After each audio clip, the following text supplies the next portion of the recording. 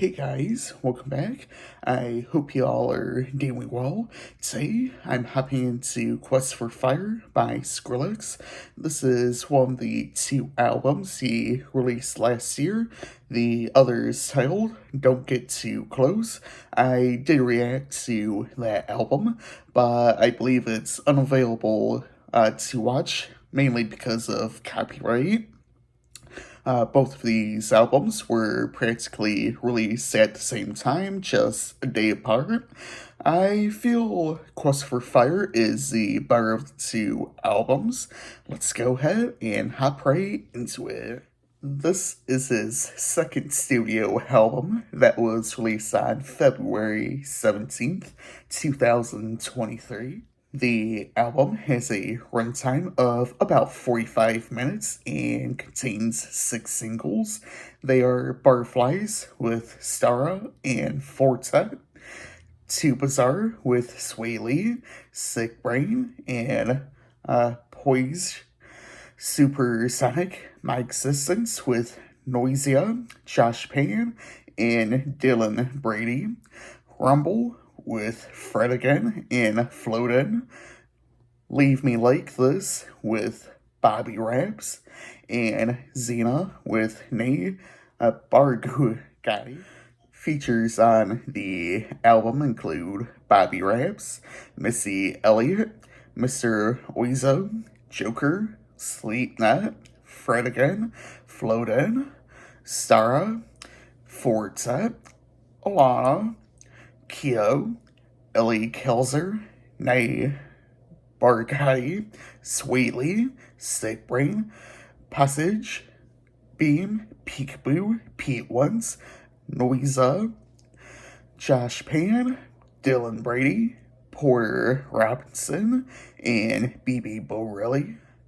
Now, let's go ahead and hop into some of the tracks. We start the album off with Leave Me Like This with Bobby Raps.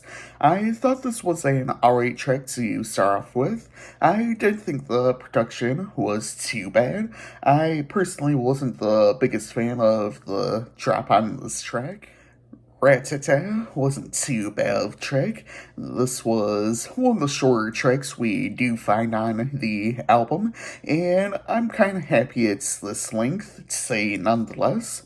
I personally wasn't the biggest fan of the chorus, however, I did enjoy the verses from Missy Elliott.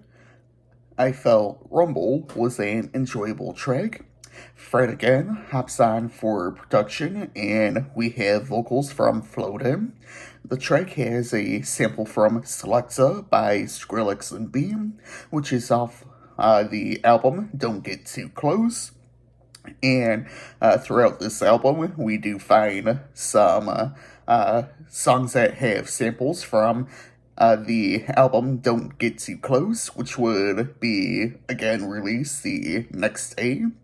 And kind of funny how these two are kind of close to each other in some sort of way, I suppose.